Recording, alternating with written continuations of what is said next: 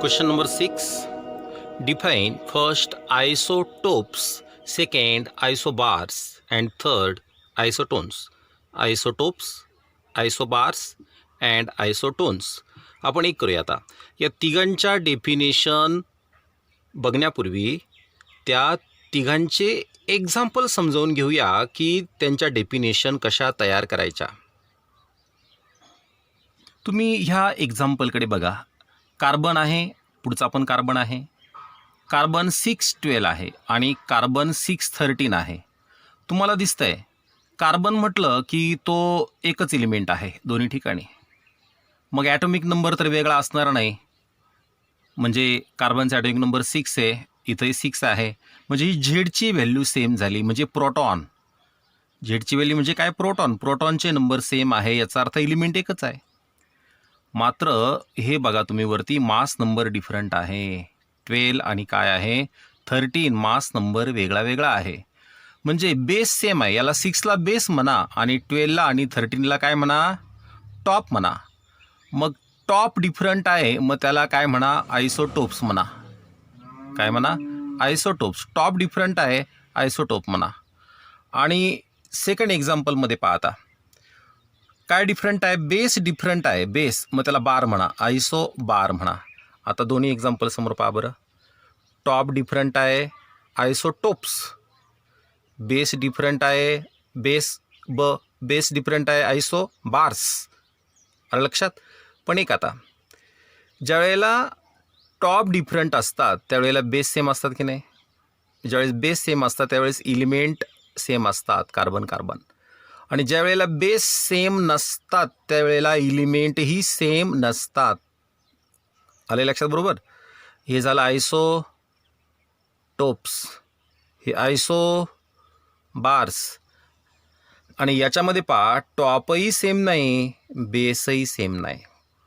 मग याला आयसोटोप्सही म्हणू नका, आयसो बार्सही म्हणू नका. याला आयसोटोन्स म्हणतात. काय म्हणतात त्याला? आयसोटोन्स म्हणतात. मग आपण एक करूया आता इथं डेफिनेशन तयार करण्याचा प्रयत्न करूया. प्रोटॉनचे नंबर सेम आहे. 6 म्हणजे प्रोटॉनचे नंबर सेम आहे. प्रोटॉनचे नंबर सेम आहे, मग डिफरंट काय असेल? न्यूट्रॉन डिफरंट आहे. न्यूट्रॉन डिफरंट आहे. आणि तुम्हाला माहिती आहे आपण काही प्रॉब्लेम सॉल्व केलेत, हे प्रोटॉनचे नंबर असतात आणि हा मास नंबर म्हणजे प्रोटॉन प्लस न्यूट्रॉन असतात. प्रोटॉन प्लस न्यूट्रॉन असतात. मग जर आपण ह्या मास नंबरमधून म्हणजे टॉपमधून जर बेस मायनस केला तर आपल्याला न्यूट्रॉनचे नंबर मिळतात. 12 - 6 काय येणार? हा 12 - 6 काय येणार? 6 येणार, म्हणजे न्यूट्रॉन 6 आहे.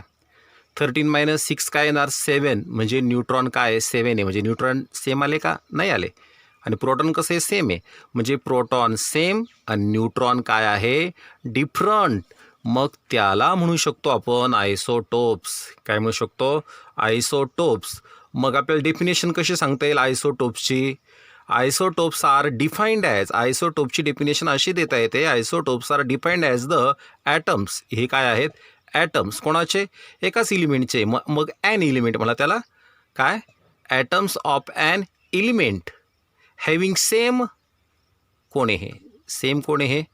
सेम ॲटॉमिक नंबर सेम म्हणजे proton same. Same number of protons but different number of काय? न्यूट्रॉन्स. ही झाली डेफिनेशन आयसोटोप्सची. सांगा परत एकदा डेफिनेशन आयसोटोप्सची. Isotopes are defined as the atoms of an elements having same number of protons but different number of काय? Neutrons. झालं. आता आयसोबार्स. आयसोबारमध्ये तुम्हाला असं दिसेल आता इथं 6 आणि 7 हे ॲटॉमिक नंबर आहे, म्हणजे नंबर ऑफ प्रोटॉन्स आहे. प्रोटॉन काय सेम नाही, कारण एलिमेंटच डिफरंट आहे तर प्रोटॉन काय सेम असणार नाही. प्रोटॉन सेम नाही. न्यूट्रॉन बघा बरं. 14 - 6 केलं तर काय येणार आहे? 8 येणार आहे. आणि 14 - 7 केलं तर काय येणार आहे? 7 आहे. म्हणजे न्यूट्रॉन पण सेम नाही. म्हणजे प्रोटॉनही सेम नाही आणि न्यूट्रॉनसुद्धा सेम नाही. किंवा आपण त्याला डेफिनेशनमध्ये असे म्हणू शकतो काय? हे डिफरंट एलिमेंट आहे, कार्बन आणि कोण? नायट्रोजन. कार्बन आणि नायट्रोजन डिफरंट एलिमेंट आहे, यांचं काय सेम आहे? मास नंबर सेम आहे. 14 कोण सेम आहे? मास नंबर सेम आहे, पण 6 आणि 7 कोण डिफरंट आहे? मग ॲटॉमिक नंबर डिफरंट आहे. आलं लक्षात? बरोबर.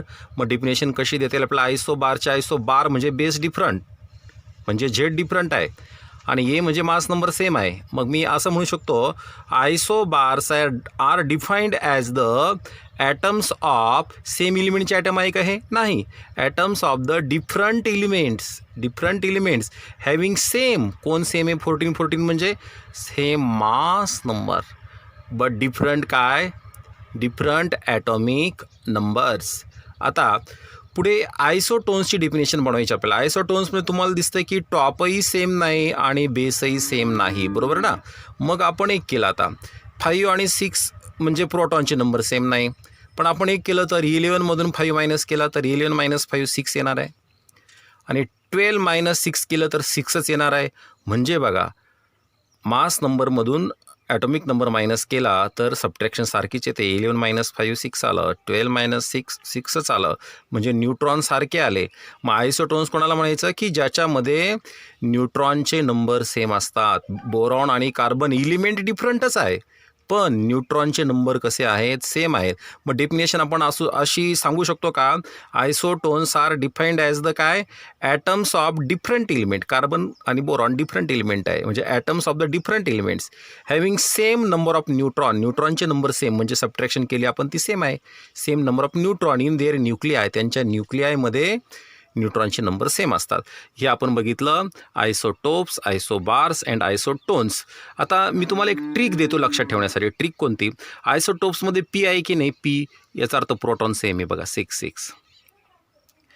आयसोटोन्समध्ये एन म्हणजे एन आहे की नाही? एन म्हणजे न्यूट्रॉन सेम आहे. 11 - 5 6 येतं आणि 12 - 6 काय येतं? 6 येतं.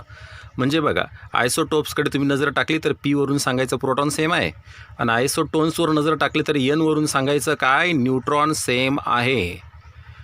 ही आपण फक्त ट्रिक शोधली त्या नावामध्ये, बरोबर ना? आणि आयसोबार्समध्ये तुम्हाला सेम काहीच दिसत नाही, काहीच सेम नाही आहे. बघा, आता आपण एक्झाम्पलवरून डेफिनेशन समजावून घेतलं की नाही? आता त्या डेफिनेशन समक्ष दिसत आहेत आपल्याला. आयसोटोप्स यावरून काय लक्षात ठेवलं आपण? आयसोटोप्स म्हणजे टॉप डिफरंट आहे. टॉप डिफरंट म्हणजे हा 12, 13, 14 हे डिफरंट आहे. लक्षात? मग टॉप डिफरंट आहे, मग म्हणजे सेम कोण आलं? बेस सेम आलं, बरोबर. बेस सेम म्हणजे कोण सेम आहे? पीवरून प्रोटॉनचे नंबर सेम आहे. म्हणजे बघा, isotopes are defined as the atoms of an element, एकाच एलिमेंटचे atoms having same number of प्रोटॉनचे number same P, but different number of neutrons. Proton same म्हणजे न्यूट्रॉन डिफरंट आहे इन देअर न्यूक्लियाय. आणि त्याचे एक्झाम्पल आहे, तिघं कार्बन आहे म्हणून ॲटॉमिक नंबर 6च आहे, मात्र न्यूट्रॉन डिफरंट असल्यामुळे मास नंबर 12, 13 आणि 14 आहे, आणि हे आहेत आयसोटोप्स. आता सेकंड आहे आयसो काय? बार्स दिसते बघा तुम्हाला. आयसो बार्समध्ये न तर पी दिसतो न तर एन दिसतो, म्हणजे प्रोटॉन दिसत नाही, न्यूट्रॉनही दिसत नाही. याचा अर्थ दोघंही डिफरंट आहे. दोघंही डिफरंट आहे, मात्र एक बरं का, इथं दोघं डिफरंट तर आहेच, पण डेफिनेशन तयार करताना आपल्याला दिसतं आहे की हे टॉप सेम आहे. टॉप सेम आहे म्हणजे मास नंबर सेम आहे. मास नंबर सेम आहे बट ॲटॉमिक नंबर काय? डिफरंट आहे. म्हणजे हेच तर सांगायचं आहे डेफिनेशनमध्ये. Isobars are defined as the atoms. Isobars हे कोण आहेत? ॲटम्स आहे. कोणाचे? डिफरंट एलिमेंटचे. हा कार्बन, नायट्रोजन म्हणजे डिफरंट एलिमेंटचे ॲटम्स आहेत. Having same mass number 14 same mass number, but different atomic number 6 आणि 7 डिफरंट ॲटॉमिक नंबर्स. आणि हे झाले त्याचे एक्झाम्पल्स. आता आयसोटोन्समध्ये तुम्हाला दिसतं आहे एनवरून मी तुम्हाला काय लक्षात ठेवायला लावलं? न्यूट्रॉन लक्षात ठेवायला लावलं. म्हणजे न्यूट्रॉनचे नंबर सेम असतात, एलिमेंट वेगळे असतात, न्यूट्रॉनचे नंबर सेम असतात. म्हणजे इथं तुम्ही पाहिलं बोरॉन आणि कोण आहे? कार्बन. तर इथं प्रोटॉन 5, प्रोटॉन 6 म्हणजे ॲटॉमिक नंबर डिफरंट तर आहेच, कारण एलिमेंटच डिफरंट आहे. मात्र 11 - 5 6 येतं आणि 12 - 6 पण 6 येतं, म्हणजे न्यूट्रॉनचे नंबर सेम आहेत. म्हणजे isotones are defined as isotones कोणाला म्हणायचं? Isotones are defined as the atoms of different element. Boron, carbon different आहे, different elements having same number of neutron. यांची सबट्रॅक्शन सेम आली म्हणजे same number of neutrons in their nuclei, त्यांच्या न्यूक्लियायमध्ये. आणि हे एक्झाम्पल झालं त्याचं, कशाचं? आयसोटोन्सचं. आणि या पद्धतीने तुम्हाला एक्झाम्पल जर दिलेले असतील तर त्यातून आयसोटोन्सची पेर ओळखता येऊ शकेल, आयसोबार्सची ओळखता येऊ शकेल आणि आयसोटोन्सची पण ओळखता येऊ शकेल. Question number 7. Differentiate between isotopes and isobars. Isotopes आणि आयसोबार्स यांच्यामधला आपल्याला डिफरन्स म्हणजे फरक सांगायचा आहे. आपण 2 कॉलम घेतले बघा. आयसोटोप्सचा कॉलम आहे एक आणि दुसरा कॉलम कोणाचा आहे? आयसोबार्सचा कॉलम आहे. आपण जे एक्झाम्पल बघितले ना याच्या अगोदर, त्या एक्झाम्पलवरून आपल्याला सर्व डिफरन्स सांगता येऊ शकतात. आपण एक्झाम्पलकडे जाऊया. बघा इकडे तुम्ही जर पाहिलं कार्बन हे आयसोटोप म्हणजे टॉप डिफरंट आहे. टॉप डिफरंट म्हणजे कोण डिफरंट आहे? 12 आणि कोण 14 डिफरंट आहे. बेस सेम आहे म्हणजे कोण सेम आहे? 6 सेम आहे. आणि हा 6 म्हणजे ॲटॉमिक नंबर झेड असतो. हा ॲटॉमिक नंबर झेड म्हणजेच प्रोटॉन्सचे नंबर असतात किंवा इलेक्ट्रॉनचे नंबर म्हटले तरी तितकेच येतात, बरोबर ना. मग आता हा कार्बन आणि कार्बन दोघं इलिमेंट कसे आहेत पहा बरं, सेम इलिमेंट आहे की नाही. मग फर्स्ट जो डिफरंट आहे त्याच्यामध्ये काय म्हटले पहा, isotopes are atoms of same elements. दोघंही सेम इलिमेंटचे ॲटम असतात म्हणजे दोघंही कार्बनचे ॲटम आहेत. आणि इकडे आयसोबार्समध्ये जर पाहिलं तर बार्समध्ये काय असतं पहा, एक्झाम्पलमध्ये जर पाहिलं तुम्ही तर बार म्हणजे बी तर बेस डिफरंट असतो. बेस डिफरंट म्हणजे कोण? 6 आणि 7 हा बेस पकडला पण तर हा डिफरंट आहे.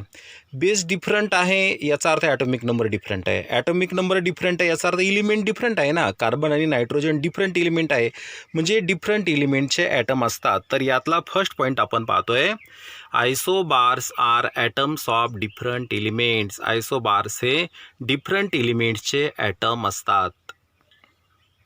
आता सेकंड पॉईंटसाठी परत आपण एक ऑब्झर्व करूया. बघा इकडे 6 सेम आहे म्हणजे कोण सेम आहे? झेड सेम आहे म्हणजे ॲटॉमिक नंबर सेम आहे. मग आपण सेकंड पॉईंट काय सांगू शकतो की ॲटॉमिक नंबर सेम आहे, मात्र हा मास नंबर जो आहे ना तो कसा आहे? डिफरंट आहे. म्हणजे same atomic number but different काय? Mass number. सेकंड पॉईंट पहा, हॅविंग सेम ॲटॉमिक नंबर म्हणजे base but different mass number म्हणजे कोण? टॉप, बरोबर. आणि इकडे जर बघितलं तुम्ही तर काय दिसतं तुम्हाला? त्याच्या उलट दिसतं की नाही. म्हणजे ॲटॉमिक नंबर सेम ऐवजी ॲटॉमिक नंबर डिफरंट आहे आणि मास नंबर डिफरंट ऐवजी मास नंबर काय आहे? सेम आहे. म्हणजे इथं म्हटलं आहे हॅविंग सेम काय? मास नंबर सेम आहे म्हणजे वरचा टॉप सेम झाला, बट डिफरंट ॲटॉमिक नंबर म्हणजे खालचा बेस काय झाला? डिफरंट झाला. आता तिसऱ्या पॉईंटसाठी जर विचार केला ना तर बेस सेम आहे म्हणजे 6 सेम आहे याचा अर्थ ॲटॉमिक नंबर सेम आहे. आणि ॲटॉमिक नंबर म्हणजे कोण असतं? नंबर ऑफ प्रोटॉन असतात. मग 6 सेम आहे म्हणजे ॲटॉमिक नंबर सेम आहे म्हणजेच प्रोटॉनचे नंबर सेम आहे. प्रोटॉन सेम असताना टॉप डिफरंट का झाला? मास नंबर डिफरंट का झाला? प्रोटॉन सेम आहे आणि मास नंबर डिफरंट झाला डिफरंट न्यूट्रॉन्समुळं. कारण मास नंबर ही प्रोटॉन आणि न्यूट्रॉनची काय असते? सम असते. म्हणजे बघा सेम नंबर ऑफ प्रोटॉन म्हणता येईल आणि डिफरंट न्यूट्रॉन म्हणता येईल. पहा थर्ड पॉईंटमध्ये having same number of proton same आहे बट डिफरंट नंबर ऑफ न्यूट्रॉनचे नंबर काय आहे? डिफरंट आहेत. आता इकडे आयसोबारमध्ये जर तुम्ही विचार केला तर तुम्हाला दिसतंय एक्झाम्पलमध्ये पहा 6 आणि 7 म्हणजे नंबर ऑफ प्रोटॉन म्हणतो ना आपण याला, तर प्रोटॉन डिफरंट आहे. प्रोटॉन कशा आहे? डिफरंट. आणि न्यूट्रॉनचा विचार केला तर 14 - 6 8 येतं आणि 14 - 7 7 येतं. न्यूट्रॉनही डिफरंट आहे म्हणजे दोन्ही डिफरंट येतं त्याच्यामध्ये. पहा हॅविंग डिफरंट नंबर ऑफ प्रोटॉनचे नंबरही डिफरंट आहे अँड न्यूट्रॉनचे नंबरसुद्धा डिफरंट आहे. आता आपण येऊया फोर्थ पॉईंटकडे. जर दोघंही कार्बन आहे, दोघंही एकाच एलिमेंटचे ना म्हणजे दोघंही कार्बन आहे याचा अर्थ दोघांच्याही केमिकल प्रॉपर्टी सेम आहे. केमिकल प्रॉपर्टी सेम का असतात? बघा कार्बन आहे हेही झालं आणि अजून सपोर्टिव्ह काय? 6 म्हणजे प्रोटॉनचे नंबर सेम आहे. जर प्रोटॉनचे नंबर सेम आहे तर इलेक्ट्रॉनचे नंबर तेवढेच असतात प्रोटॉन इतके, म्हणजे इलेक्ट्रॉनचे नंबर सेम आहे. याचा अर्थ काय की केमिकल रिॲक्शन ही इलेक्ट्रॉनच्या नंबरवर डिपेंड असते की नाही. किती इलेक्ट्रॉन केमिकल रिॲक्शनमध्ये पार्टिसिपेट होतात म्हणजे सहभागी होतात त्याच्यावर केमिकल प्रॉपर्टीज ठरतात. दोघंही सेम आहे, कार्बन म्हणजे केमिकल प्रॉपर्टीज दोघांच्या सारख्याच. आणि इकडे जर पाहिलं तुम्ही तर हा कार्बन आहे आणि तो नायट्रोजन आहे, दोघांच्या केमिकल प्रॉपर्टी सारख्या असू शकत नाही. म्हणजे बघा fourth point having similar chemical properties. आणि तिकडे बघितलं तर हॅविंग काय म्हणा? Different chemical properties. त्याच्यानंतर बघा आता हे दोघंही कार्बन असल्यामुळं मॉडर्न पिरियॉडिक टेबलमध्ये कार्बन काय दोन जागेवर असणार नाही, कार्बन हा एकाच जागेवर असणार आहे. म्हणजे ह्या दोन्ही आयसोटोप्सची जी जागा आहे ती एकच आहे. म्हणजे हॅव्हिंग सेम पोझिशन्स, एकच पोझिशन आहे. हॅव्हिंग सेम पोझिशन्स कुठे? इन मॉडर्न पिरियॉडिक टेबल, आधुनिक आवर्त सारणीमध्ये. मॉडर्न पिरियॉडिक टेबलमध्ये सेम पोझिशन आहे. आणि इकडे जर बघितलं तर हा कार्बन आहे, तो नायट्रोजन आहे. कार्बन आणि नायट्रोजन हे दोन वेगळे एलिमेंट आहेत, त्यांना एकत्र जागा असू शकत नाही. म्हणजे having different positions in modern periodic table. Modern periodic टेबलमध्ये त्यांची जागा वेगळी वेगळी आहे. हा झाला डिफरन्स. कोणामधला डिफरन्स झाला? आयसोटोप्समधला आणि आयसोबार्समधला. Question number 8. This is problem. The two natural isotopes of chlorine. क्लोरीनचे दोन आयसोटोप्स आहे. कोणकोणते बघा? Chlorine 1735 and chlorine 1737. क्लोरीन दोन्ही क्लोरीन आहे. म्हणजे 1717 हे कोण झालं? ॲटॉमिक नंबर झाला हा, म्हणजे नंबर ऑफ प्रोटॉन म्हणता येईल त्याला. आणि 35 आणि 37 कोण झालं? मास नंबर म्हणजे A. Exist in relative abundance of 3:1. म्हणजे कोणत्या प्रमाणात त्यांची मुबलकता आहे किंवा कोणत्या प्रमाणात ते अस्तित्वात आहे, तर 3:1. म्हणजे जर 3 आणि 1 टोटल केले तर 4 होईल ना. म्हणजे याचा अर्थ जर टोटल क्लोरीनचे 4 ॲटम असतील तर 4 त्या आउट ऑफ 4 म्हणजे 4 पैकी 3 ॲटम हे क्लोरीन 35चे असतील आणि 1 ॲटम जो असेल ना तो क्लोरीन 37चा असेल. Find out the average atomic mass of chlorine. क्लोरीनचं ॲव्हरेज ॲटॉमिक मास आपल्याला काढायचं आहे.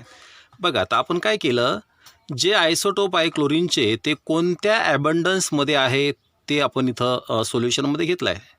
बघा सोल्युशनमध्ये आयसोटोप्स ऑफ क्लोरीन, क्लोरीनचे आयसोटोप्स कोण? Chlorine 1735 and chlorine 1737 exist in relative abundance 3:1. म्हणजे 3:1 ह्या रेशोमध्ये ते अस्तित्वात आहे. म्हणजे याचा अर्थ मी तुम्हाला जे सांगितलं प्रॉब्लेममध्ये तेच की काय, की 3+1 जर 4 होतं तर out of 4 3 chlorine atoms having mass number 35 and 1 chlorine atom having mass number 37. तेच इथे लिहिले बघा. That is out of 4 chlorine atom, 4 chlorine ॲटमपैकी 3 atoms having mass number 35, 3 atoms having mass number 35 and 1 chlorine atom having mass number 37, 1 chlorine atom having mass number 37. आणि आता आपल्याला काढायचं काय आहे? Average atomic mass of chlorine. Average atomic mass of chlorine. मग काय करायचं बघा इथं कसं लिहायचं? टोटल ॲटम किती आहेत? 4 आहेत ना, मग डिवाइड 4 घ्यायचं, बरोबर. त्यातले त्या आउट ऑफ 4 4 पैकी 3 ॲटमचं मास किती आहे? 35. आणि एका ॲटमचं मास 1 ॲटमचं मास किती आहे? 37. म्हणजे 3 × 35 करावं लागेल आपल्याला आणि 1 × 37 करावं लागेल. आणि मग बघा आता इकडे परत एकदा टोटल ॲटम्स किती आहे? 4 समजा. तर त्या 4 पैकी 3 ॲटम मास नंबर 35चे आहे आणि एक ॲटम हा मास नंबर 37चा आहे. म्हणजे 3 × 35 आणि प्लस करून मग 1 × 37 करायचं. यांचा प्रॉडक्ट 105 आणि ह्या पुढच्या दोघांचा प्रॉडक्ट 37 डिवायडेड बाय 4. 105 अँड 37 यांचे ॲडिशन 142 डिवायडेड बाय 4 आणि मग 142ला जर 4ने डिवाइड केलं तर 35.5 येतं. आणि यू याचा अर्थ ॲटॉमिक मास युनिट आहे ते. म्हणजे आपल्याला मिळालं ॲव्हरेज ॲटॉमिक मास कोणाचं? क्लोरीनचं. Question number 9. Write the drawbacks. Drawbacks म्हणजे दोष सांगायचे ऑफ रुदरफोर्ड्स ॲटॉमिक मॉडेल. रुदरफोर्डने बनवलेल्या ॲटॉमिक मॉडेलमध्ये काय दोष होते ते आपल्याला सांगायचे आहेत. पण रुदरफोर्डच्या मॉडेलमधले दोष सांगण्यापूर्वी आपण एक छोटीशी गोष्ट समजावून घेऊया. आपण हे समजावून घेऊ की रुदरफोर्डचं ॲटॉमिक मॉडेल कसं होतं. बघा इकडे आता तुमच्यासमोर मी हा ॲटम घेतलेला आहे. ॲटमच्या सेंटरला हे न्यूक्लियस आहे. काय आहे? न्यूक्लियस आहे. आणि हे एक ऑर्बिट आहे. काय आहे? एक ऑर्बिट, की ज्या ऑर्बिटमध्ये कोण फिरतं आहे? इलेक्ट्रॉन फिरतो आहे. म्हणजे electron revolves around the nucleus. न्यूक्लियसच्या भोवती इलेक्ट्रॉन फिरतो आहे. हे कोणाशी सिमिलर आहे माहिती आहे? हे शेजारी बघा, इथं तुम्हाला सेंटरला सन दिसतो, सूर्य, आणि हे ऑर्बिटमध्ये फिरणारं कोण दिसतंय? प्लॅनेट. म्हणजे जसं प्लॅनेट कोणाभोवती फिरतात, रिव्हॉल्व होतात सनच्या भोवती, म्हणजे planet revolves around the sun, तसंच इथं इलेक्ट्रॉन रिव्हॉल्व्स अराउंड द काय? न्यूक्लियस. म्हणजे ॲटॉमिक मॉडेल जे आहे रुदरफोर्डने सांगितलेलं ते कोणासारखं आहे? That is like a solar system. Solar सिस्टमसारखं आहे ते. मग आता आपण एक विचार करूया. काय विचार करूया माहीत आहे? समजा हा इलेक्ट्रॉन ह्या न्यूक्लियस भोवती फिरतोय. न्यूक्लियस भोवती फिरताना तो मोशनमध्ये आहे. कसा आहे तो? मोशनमध्ये आहे, आणि त्याच्यावर चार्ज आहे, इलेक्ट्रॉनवरती चार्ज आहे. मग आता मी सांगतो ती गोष्ट नीट आहे का बरं का? इलेक्ट्रॉन हा एक पार्टिकल आहे, त्या पार्टिकलवरती चार्ज आहे, आणि ज्या पार्टिकलवर चार्ज असतो तो पार्टिकल जर मोशनमध्ये असला, काय म्हटलं? ज्या पार्टिकलवर चार्ज आहे तो जर मोशनमध्ये असला तर त्या पार्टिकलमधून काय बाहेर पडतं माहीत आहे?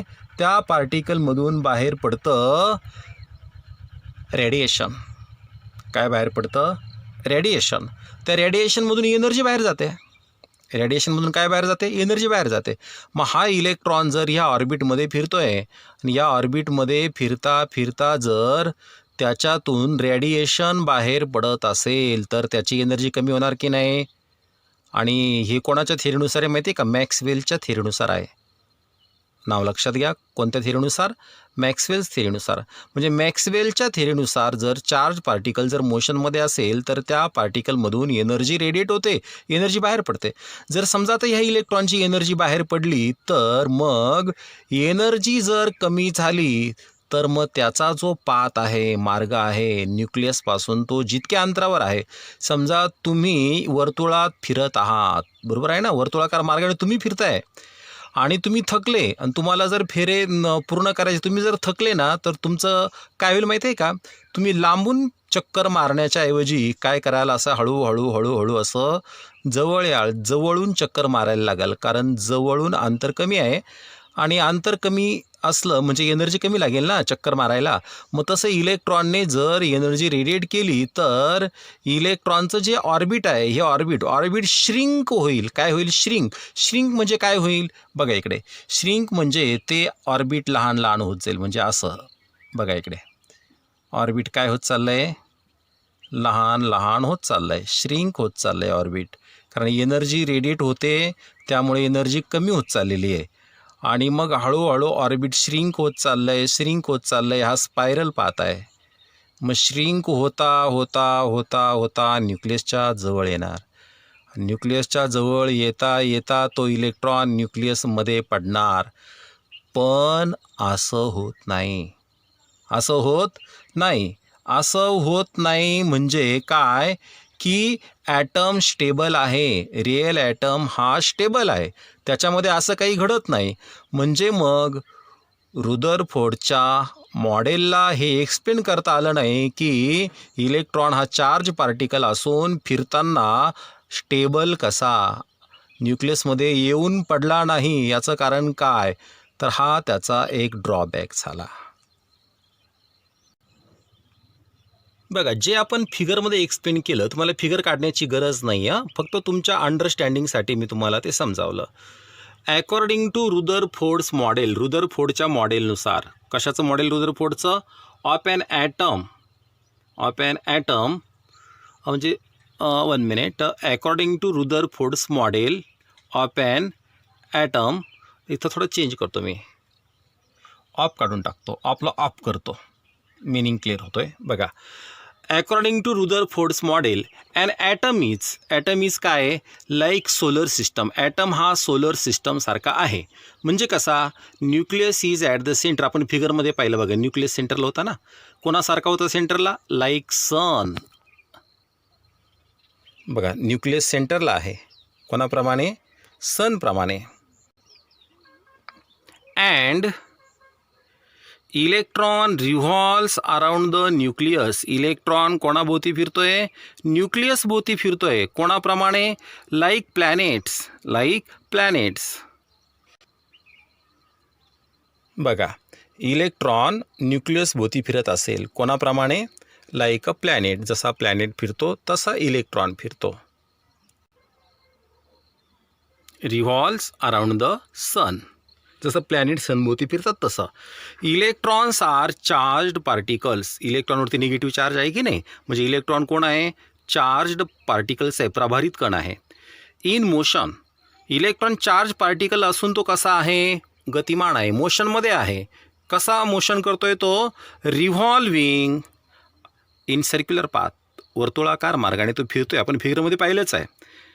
According to Maxwell's theory.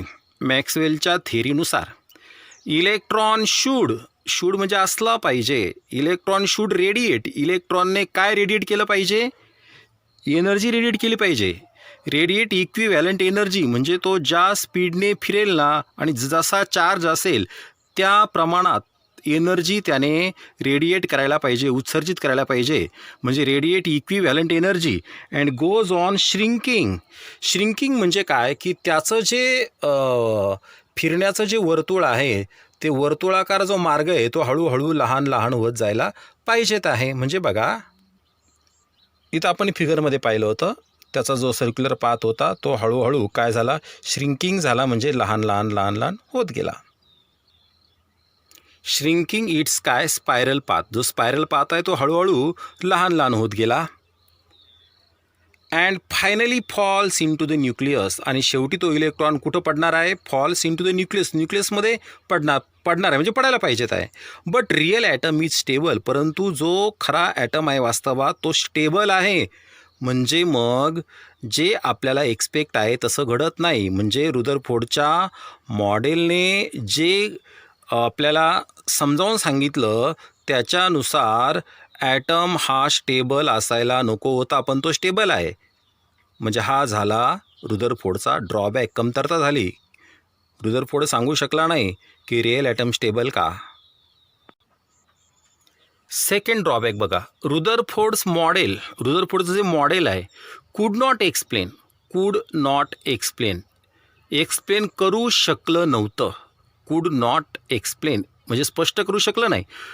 रुदरफोर्डचं model काय स्पष्ट करू शकलं नाही? Distribution of electron. बघा, महत्त्वाचा पॉईंट आहे. डिस्ट्रीब्युशन ऑफ इलेक्ट्रॉन म्हणजे काय? इलेक्ट्रॉनची विभागणी कशी आहे. म्हणजे एकच इलेक्ट्रॉन नाही ना ॲटममध्ये न्यूक्लियसच्या भोवती फिरणारे बरेच इलेक्ट्रॉन आहे आणि सगळेच इलेक्ट्रॉन काय एकाच मार्गाने फिरतात का? मग जितके इलेक्ट्रॉन असतात ते त्यांची विभागणी कशी केलेली असते? म्हणजे वितरण कसं असतं इलेक्ट्रॉनचं न्यूक्लियसच्या भोवती? म्हणजे distribution of electrons and their energies. प्रत्येक इलेक्ट्रॉनची एनर्जी पण सारखी नाही आहे. मग कोणत्या इलेक्ट्रॉनची एनर्जी किती आहे हे सुद्धा रुदरफोर्डच्या मॉडेलला सांगता नाही आलं. बरोबर. म्हणजे मग सेकंड ड्रॉबॅक काय झाला? Rutherford's model could not explain. रुदरफोर्डचं मॉडेल एक्सप्लेन करू शकलं नाही. काय एक्सप्लेन करू शकलं नाही? डिस्ट्रीब्युशन ऑफ इलेक्ट्रॉन्सचं डिस्ट्रीब्युशन अँड देअर काय एनर्जी आणि त्यांची ऊर्जा.